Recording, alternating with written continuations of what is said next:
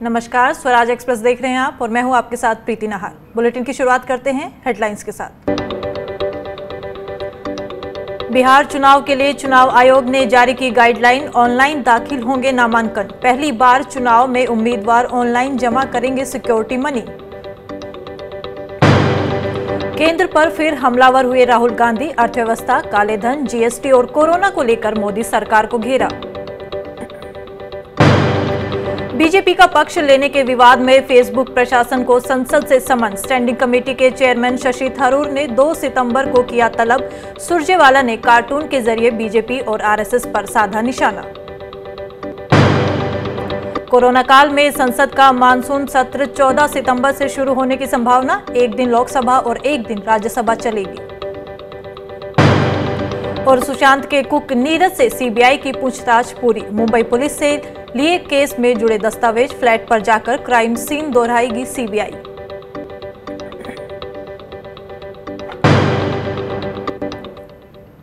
बिहार चुनाव के लिए चुनाव आयोग ने गाइडलाइन जारी की है। इस गाइडलाइन के तहत चुनाव आयोग ने बताया है कि बिहार विधानसभा चुनाव के लिए नामांकन ऑनलाइन दाखिल किए जाएंगे। बिहार विधानसभा चुनाव के लिए चुनाव आयोग ने गाइडलाइन जारी कर बताया है कि इस बार उम्मीदवार सिक्योरिटी मनी ऑनलाइन जमा कर सकेंगे।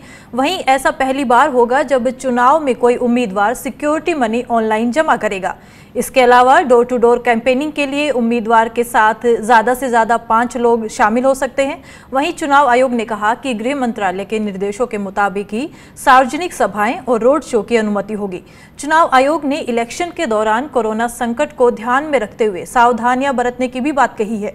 गाइडलाइन में कहा गया है कि face mask, sanitiser, thermal scanner, gloves, facial PPE kits का इस्तेमाल चुनाव प्रक्रिया के दौरान किया जाएगा और सोशल डिस्टेंसिंग के नियमों का भी पालन किया जाएगा।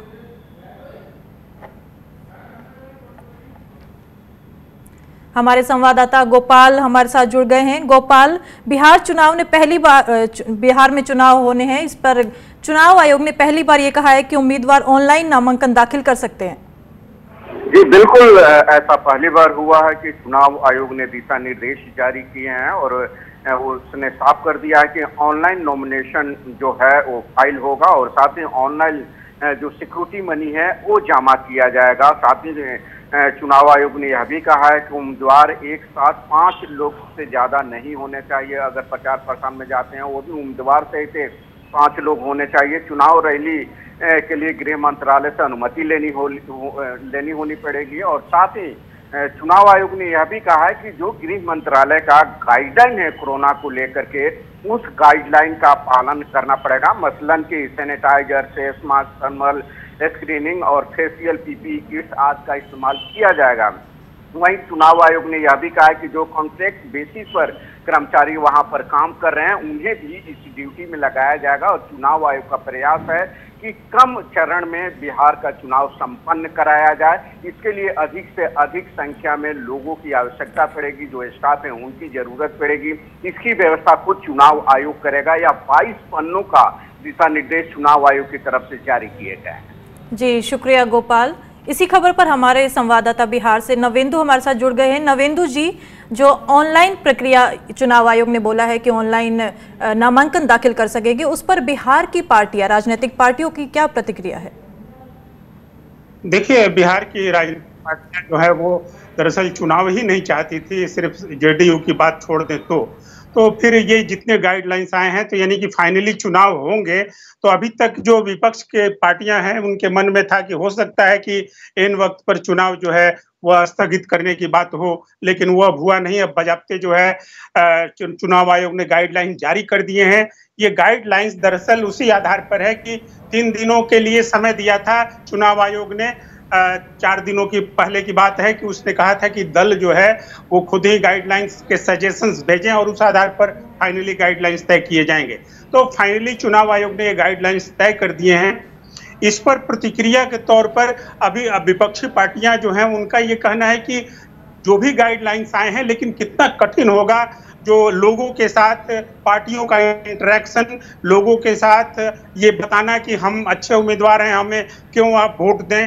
तो जो कुछ भी है, जो गृह मंत्रालय से आदेश लिया जाएगा सभाओं के लिए, तो ये सारी प्रक्रिया है जो कि एक जटिल प्रक्रिया है चुनाव कराने की। और अब ये है कि जटिल प्रक्रिया है, नवंबर में चुनाव होने हैं, अगस्त खत्म हो रहा है, तो अब कायदे से कहें तो अब 2.5 महीने 3 महीने का ही समय शेष रह गया है। तो ऐसे में ये पूरी प्लानिंग कितनी सफलता से इसका निर्वाह कर पाएगा चुनाव आयोग, कितनी सफलता से इसे अमल में ला पाएंगी राजनीतिक पार्टियां, ये उनके अंदर भी सवाल है। तो उनकी प्रतिक्रिया तो अब इस पर क्या है, उनका कहना है कि चुनाव तो अब होगा ही, लेकिन उनका ये मानना है कि इसमें जो साधारण दल हैं वो पार नहीं पाएंगे, उनके लिए ये मुश्किल होगी और लोगों से मिले बिना लोकतंत्र का यह महापर्व कैसे संपन्न होगा। तो एक ये प्रतिक्रिया आमतौर पर है विपक्षी दलों की। जी शुक्रिया नवेंदु जी इस जानकारी के लिए। बिहार में हम पार्टी के संस्थापक जीतन राम मांझी ने महागठबंधन को झटका देते हुए इससे अलग होने का ऐलान कर दिया है। उनके इस ऐलान पर सहयोगी कांग्रेस और आरएलएसपी की प्रतिक्रिया सामने आई है। बिहार कांग्रेस के अध्यक्ष मदन मोहन झा ने जीतन राम मांझी के महागठबंधन से अलग होने की घोषणा पर कहा कि मांझी हमेशा जाने की बात करते रहे। वहीं महागठबंधन की एक और सहयोगी पार्टी आरएलएसपी ने कहा कि हम पार्टी के अध्यक्ष जीतन राम मांझी के महागठबंधन छोड़ने का फैसला सही नहीं कहा जा सकता, ऐसा होना दुखद है। इसका जवाब तो जीतन राम मांझी जी देंगे, क्योंकि ये बात तो 1 साल से हम लोग सुन रहे हैं, जो वहाँ जा रहे हैं, वहाँ जा रहे हैं, वहाँ जा रहे हैं, सब लोग वहीं रह रहे हैं। हम लोग का ये कोऑर्डिनेशन की गैप था वो खत्म हो चुका है। हम लोग का आजकल जो आपस में बराबर विचार विमर्श होते रहता है, कम्युनिकेशन गैप हम लोग के बीच नहीं है। महागठबंधन एक परिवार की तरह है और परिवार से किसी सदस्य का चला जाना दुखद तो होता ही है।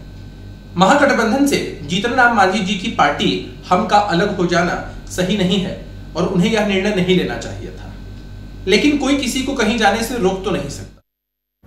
पूर्व मुख्यमंत्री और हम पार्टी के संस्थापक जीतन राम मांझी के महागठबंधन से नाता तोड़ने पर बीजेपी ने तंज कसा है।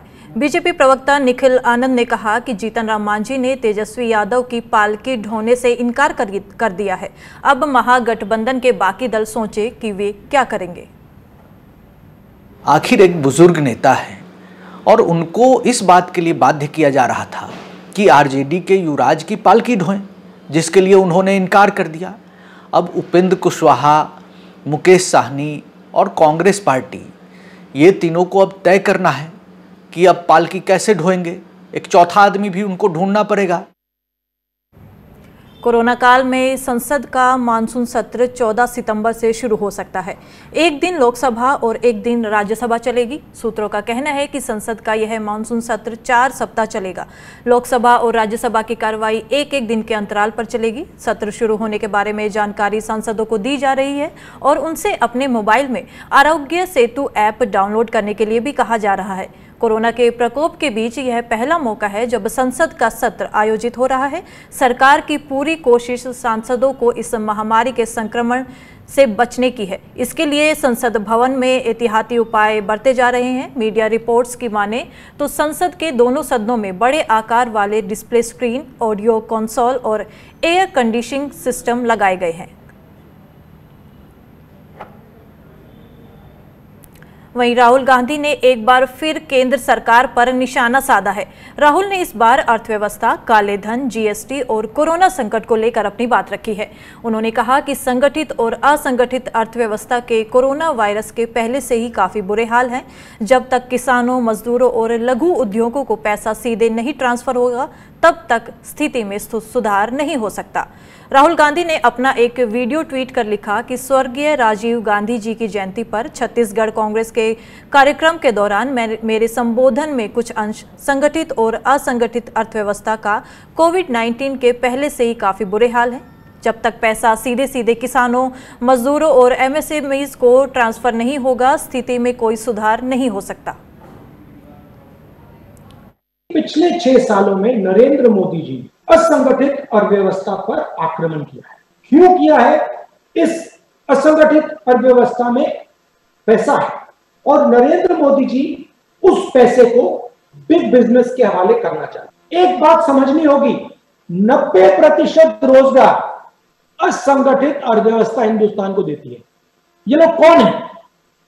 ये छोटे बिजनेस वाले हैं, मिडिल साइज बिजनेस वाले हैं, किसान हैं।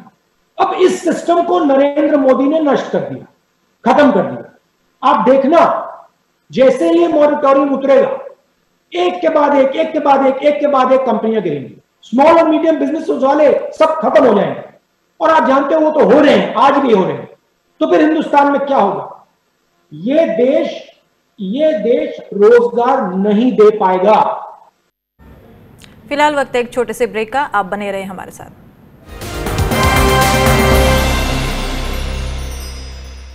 क्या खत्म हो जाएगी एमएसपी? किसान तो कर्जे में जा रहा है, किसान को कुछ भी नहीं बच रहा है। क्या कभी हो पाएगी किसानों की आय दोगुनी? क्यों किसानों से बड़े हैं कॉर्पोरेट के मुद्दे? क्या कभी मिल पाएगी हमारे किसानों को भी पश्चिमी देशों के किसानों जैसी सब्सिडी? क्यों भारत में बढ़ रहे हैं अमेरिका और चीन के कृषि उत्पाद? क्यों किसान के लिए महंगा है कर्ज और कॉर्पोरेट के लिए सस्ता? क्यों कोई नहीं सुनता आवाज किसानों की? जुड़िए मेरे साथ हिंद किसान की बात स्वराज एक्सप्रेस पर। चलो इतिहास के कुछ पन्ने पलटते हैं, चलो उस दौर में कुछ दूर चलते हैं। हो बात ग्वालियर की या हो कहानी मुमताज की, बेगम नवाब की झलकियां या हो बात काले ताज की, हर तरफ पसरा यहाँ इतिहास है। यूं ही नहीं कहते सभी, मध्य प्रदेश तो कुछ खास है। वक्त के निशान।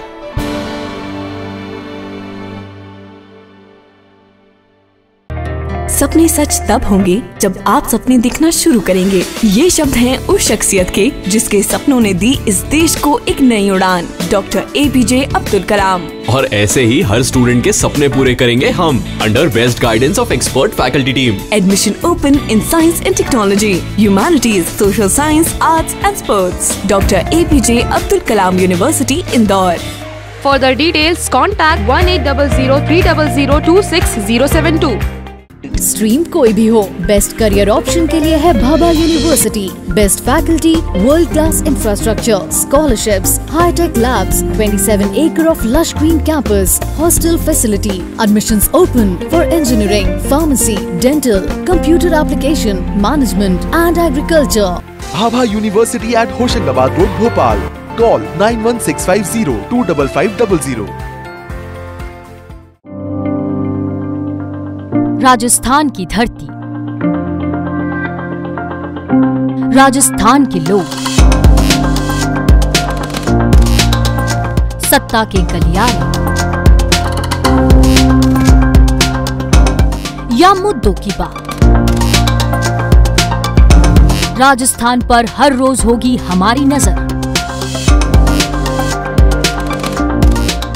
रोजाना सुबह और शाम 7:30 बजे स्वराज राजस्थान।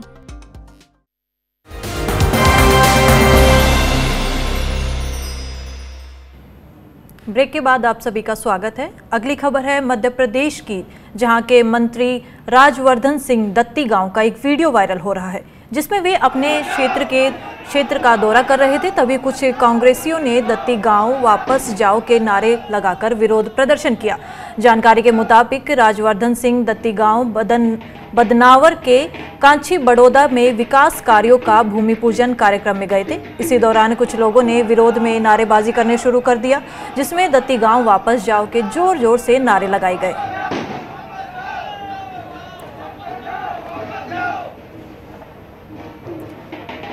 कौशल किशोर हमारे संवाददाता फोन लाइन पर हमारे साथ जुड़ गए हैं। कौशल जी, क्या है पूरा मामला? देखिए, मध्य प्रदेश में अभी जितने भी कांग्रेस से जो इस्तीफा देकर विधायक भाजपा में गए हैं और वहां मंत्री बने हैं, या वो जो फिर से उपचुनाव लड़ने वाले हैं, इन सभी का उसके क्षेत्र में विरोध हो रहा है। और विरोध का मुख्य वजह ये है कि लोगों ने ये समझ लिया है कि चुनी हुई सरकार गिराने का मतलब है कि कहीं ना कहीं ये प्रलोभन में आके सरकार गिराई गई है, और इसके कारण ये जब अपने क्षेत्र में पहुंच रहे हैं नेता तो इनका विरोध हो रहा है। और हाल ही में हम आपको बता दें, इसके पहले भी प्रद्युम्न सिंह लोधी एक कांग्रेस से इस्तीफा देके यहाँ निगम अध्यक्ष बने थे, वो अपने क्षेत्र में गए तो उनका विरोध हो रहा था। डॉक्टर प्रभुराम चौधरी मंत्री हैं रायसेन सांची सीट से, उनका भी अपने क्षेत्र में विरोध हो रहा है। और ऐसा ही ग्वालियर चंबल में भी जगह जगह विरोध दिखाई दे रहा है इन नेताओं का। राजवर्धन शक्ति गांव भी उन्हीं में से एक नेता हैं जो मंत्री भी बनाए गए हैं, और आज इनका जो अपने क्षेत्र में ये गए तो इनका विरोध। जी शुक्रिया कौशल तमाम जानकारी के लिए। उधर मध्य प्रदेश बीजेपी में इन दिनों कुछ ठीक नहीं चल रहा। पार्टी के वरिष्ठ नेताओं को लगता है कि अब पार्टी उनकी अनदेखी कर रही है। इसी को लेकर वो एक बैठक भी कर चुके हैं। इस पर हमारे संवाददाता कौशल किशोर ने बीजेपी के वरिष्ठ नेता रघुनंदन शर्मा से बात की। बात कर रहे हैं भाजपा के वरिष्ठ नेता रघुनंदन शर्मा जी से। अभी जो भाजपा कार्यकर्ताओं की जो बैठक हुई थी, किस तरह का लोगों की शिकायत है, किस तरह का पीड़ा है, क्या उन्होंने साझा किया? देखो, भारतीय जनता पार्टी के कई पुराने और वरिष्ठ कार्यकर्ता हैं, नेता हैं। उनको ऐसा लग रहा था कि उम्र दराज होने के कारण या हम ऐसे व्यक्ति हैं जो वर्षों तक काम करते रहे लेकिन अब हमारी पूछ परख नहीं हो रही है, तो ऐसे सब लोग संगठन को अपनी बात पहुंचाना चाहते थे। उन्होंने मुझसे संपर्क किया और इस संदर्भ में मैंने प्रदेश के अध्यक्ष श्री विष्णु दत्त जी से बात की, सुहास जी भगत से बात की, और उन्होंने सारी बात ध्यान से सुनने के बाद कहा कि ये संपर्क और संवाद का जो अभाव है इसको हम दूर करेंगे। अब ये चिंता हमारी चिंता हो गई है, ये पहल करना अब हमारी आपको नहीं, हम पहल करेंगे और सारे पुराने जितने भी कार्यकर्ता हैं उनसे संवाद और संपर्क का अभाव हम दूर करेंगे। इस आश्वासन के बाद परसों जो बैठक हुई उसमें सारे वरिष्ठ लोग जो भी पहुंच पाए थे, जिनको हमने कई को तो रोक दिया था कि भाई सार्थक और सकारात्मक बैठक हो गई है, संगठन से जो बात होना चाहिए थी, जो पहुंचानी चाहिए थी बात, वो सब पहुंचा दी गई है। और संगठन ने हमें बहुत ही सहयोगात्मक रवैया रखते हुए आश्वस्त किया है और यहाँ तक कह दिया है कि यह पहल संगठन करेगा, ये चिंता संगठन करेगा। अब इस प्रकार की बैठक यदि आयोजित भी करना है तो संगठन करेगा। इसके बाद हमने वो बैठक निरस्त कर दी, आमंत्रितों को सूचना दे दी, उनको सारा वृत्त वर्णन जो प्रदेश अध्यक्ष जी से हुआ था वो देकर प्रदेश अध्यक्ष को धन्यवाद देते हुए, उनके सहयोगात्मक रुख पर धन्यवाद देते हुए हमने ये बैठकें समाप्त कर दी। तो पूर्व राज्यसभा सदस्य पार्टी के वरिष्ठ नेता रघुनंदन शर्मा जी का भरोसा है कि पार्टी सबका साथ सबका विकास के साथ आगे बढ़ेगी और नाराज़गी को दूर कर लिया गया है। लेकिन कहीं ना कहीं जो कार्यकर्ता है वो नाराज़ है, ये बात खुलकर अब भारतीय जनता पार्टी में सामने आ चुकी है और आगे निश्चित तौर से ये असंतोष और ज़्यादा देखने को मिल सकता है। कैमरामैन राहुल शेजकर के साथ कौशल किशोर चतुर्वेदी, स्वराज एक्सप्रेस, भोपाल। पंजाब में कोरोना हर दिन विकराल रूप ले रहा है। कोरोना वायरस की वजह से अब तक करीब 38,000 लोग संक्रमित हो चुके हैं। हालांकि इन 38,000 मरीजों में से 23,000 लोग ठीक होकर घर लौट गए हैं, लेकिन अब भी करीब 14,000 मरीज ऐसे हैं जिनका अलग अलग अस्पतालों में इलाज किया जा रहा है। मौतों की बात करें तो पंजाब में अब तक 957 लोगों की मौत हो चुकी है और ये आंकड़ा हर दिन तेजी से बढ़ रहा है। पंजाब में सबसे ज़्यादा बुरे हालात जालंधर, पटियाला, लुधियाना, अमृतसर और SAS नगर के हैं, जहां हर दिन कोरोना ब्लास्ट हो रहा है। गुरुवार की बात करें तो लुधियाना में 400 नए मामले सामने आए हैं, जालंधर में 242, SAS नगर में 969, पटियाला में 81 और अमृतसर में 75 नए केस दर्ज किए गए हैं। पंजाब में कोरोना संक्रमण के बढ़ते मामलों पर रोक लगाने के लिए कैप्टन अमरिंदर सिंह सरकार ने सख्त फैसलों की शुरुआत कर दी है। कोरोना केसों की संख्या को काबू करने के लिए कैप्टन सरकार ने पंजाब के शहरों में आज शाम 7 बजे से सुबह 5 बजे तक नाइट कर्फ्यू लगाने का फैसला किया है। इसके अलावा पंजाब में वीकेंड पर लॉकडाउन करने का ऐलान भी किया गया है।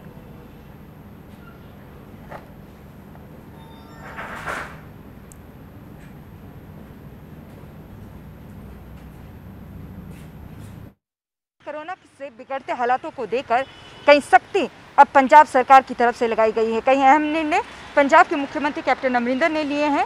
तो ऐसे में पंजाब के जितने भी 167 सिटी हैं, जो शहर है, वहाँ पर जो नाइट कर्फ्यू है वो आज शाम 7 बजे से सुबह 5 बजे तक रहेगा। पहले नाइट कर्फ्यू रात 9 बजे से जारी होता था, लेकिन अब सीमा नाइट कर्फ्यू की बढ़ा दी गई है। इसके अलावा जो वीकेंड लॉकडाउन है शनिवार और रविवार का, वो पूरे पंजाब में रहेगा। पंजाब में 5 ऐसे ज़िले हैं जो कोरोना की वजह से काफ़ी ज़्यादा प्रभावित हैं। लुधियाना, मोहाली, जालंधर, अमृतसर और पटियाला, ये वो ज़िले हैं जहां पर कहा गया है कि सख्ती से जो पाबंदियां कोरोना की वजह से लगाई गई है वो लागू की जाए। मोहाली की बात करें तो आज डीसी की तरफ से ऑर्डर जारी हो जाएंगे और कल जो गैर ज़रूरत की सामान की दुकानें हैं वो 50% ही खुलेगी। कुछ दुकानदार मेरे साथ हैं, वो क्या कुछ कहना चाहते हैं इनसे जानते हैं। क्या नाम है आपका? भूपेंद्र सैनी। जिस तरीके से अब दोबारा से पाबंदियाँ लगाई जा रही है, नाइट कर्फ्यू की सीमा भी बढ़ा दी गई है, दुकानों को लेकर भी कई ऑर्डर जारी हुए हैं, क्या कहना चाहिए? हम साढ़े लिए तो बहुत मुश्किल हो जाना ना, क्योंकि किराया, बिजली का बिल, स्कूल दी फीसा, इस करके सरकार को ये चाहिए कि कुछ सोचे। अगर 2 घंटे सरकार ने पहले 9 बजे तक सी, हुण 7 बजे तक घटाता, अगर 2 घंटे कोरोना खत्म नहीं हो जाना। अगर लॉकडाउन सोचे कि पूर्ण लॉकडाउन शनि ऐतवार बंद रहेगा तो भी कोरोना नहीं खत्म हो जाना। अगर सरकार सोचे ठेके खुले रहणगे तो बाकी चीज़ां बंद हो रहणगियां। ये सरकार को चाहिए या तो ठेके भी बंद करन, अपनी कमाई ना सोचे ठेके की, ठेके खुल के साडी तो कमाई हो रही है। या तो स्कूल की फीसा भी माफ़ करन, जो सरकार एप्लीकेशन बंद कर सकती है चाइनीज़, तो सरकार ठेके या स्कूल की फीसा को नहीं माफ़ कर सकती। सरकार को ये चाहिए कि स्कूल बारे भी कुछ, बच्चों की फीसा बारे भी कुछ सोचे। बिल्कुल, यहाँ पर और भी दुकानदार हैं, उनसे जानेंगे क्योंकि कोरोना की वजह से हालात पहले ही बिगड़े हुए थे। क्या अभी भी असर पड़ेगा आपके कामकाज पर जो पाबंदी आप लगाई जा रही है? जी मैम, पहले बहुत असर पड़ चुका है, पहले बहुत नुकसान हो चुका है। हम गवर्नमेंट के आदेश के मानने के लिए तैयार हैं, लेकिन फिर भी गवर्नमेंट को भी थोड़ा बहुत कंसेक्शन करनी चाहिए हमारे लिए भी। जैसे इलेक्ट्रिसिटी बिल है या रेंट का है, इतना हम कहाँ से भर पाएंगे, पहले बहुत नुकसान हो चुका है। तो इसलिए बाकी तो हम गवर्नमेंट के साथ हैं। ये तमाम वो दुकानदार हैं जिनका कहना है कि इनके कामकाज पर कोरोना की वजह से पहले ही काफ़ी ज़्यादा प्रभाव पड़ा है। अब जो पाबंदियां लगाई गई हैं उसका काफ़ी असर दोबारा से पड़ेगा। ऐसे में सरकार को और भी कई कदम उठाने चाहिए और इनको रियायत देनी चाहिए। कैमरामैन शरद के साथ स्वराज एक्सप्रेस के लिए मोहाली से ईशा ठाकुर। कोरोना की वजह से ही छत्तीसगढ़ में 5 महीने से बैंड बाजे और डीजे वालों का काम बंद है, जिसके चलते वो बेहद परेशान हैं। परेशान बैंड और डीजे वालों ने राजनांदगांव में काम चालू करने की इजाज़त देने के लिए आवाज़ बुलंद की है। प्रदर्शनकारी बैंड वालों ने गुहार लगाई कि सरकार उन्हें काम करने की इजाज़त दे, नहीं तो वे भूखे मर जाएंगे। अगर हमारी मांगे पूरी नहीं होती है तो छत्तीसगढ़ स्तर पर बहुत बड़ा आंदोलन हम करेंगे, यहाँ तक कि मुख्यमंत्री निवास का घेराव करेंगे।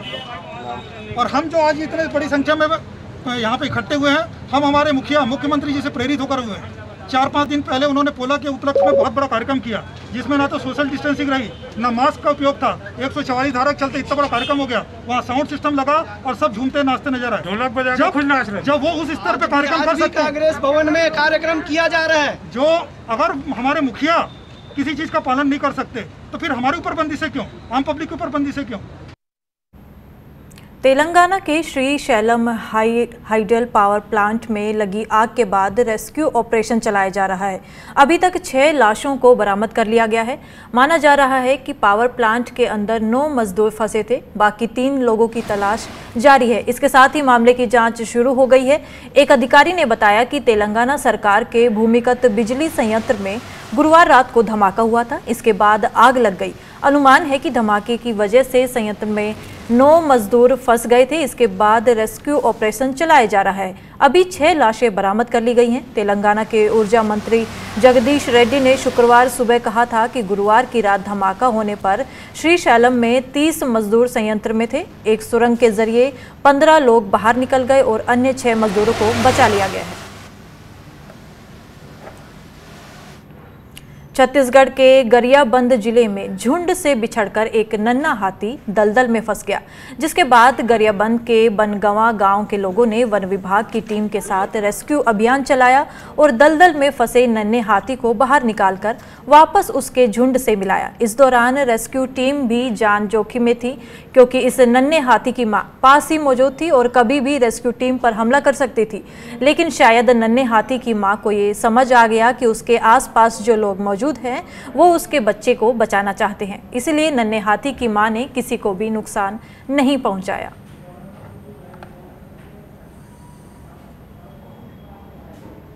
ओडिशा के कालाहांडी जिले में एक जंगली भालू ने एक शख्स पर हमला कर दिया।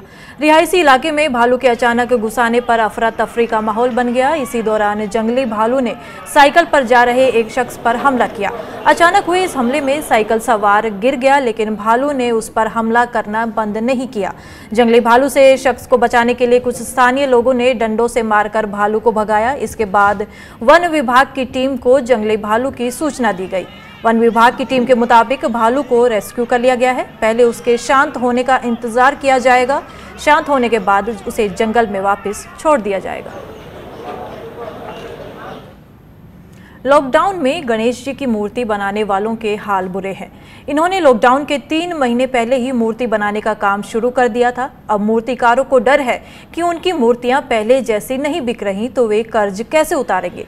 मंदसौर के एक मूर्तिकार सागर प्रजापति को भी इसी बात का डर है। मूर्तिकार बताते हैं कि ब्याज पर रुपए लेकर मूर्तियां बनाई गई, लेकिन लॉकडाउन की वजह से उनका रोजगार खतरे में आ गया है।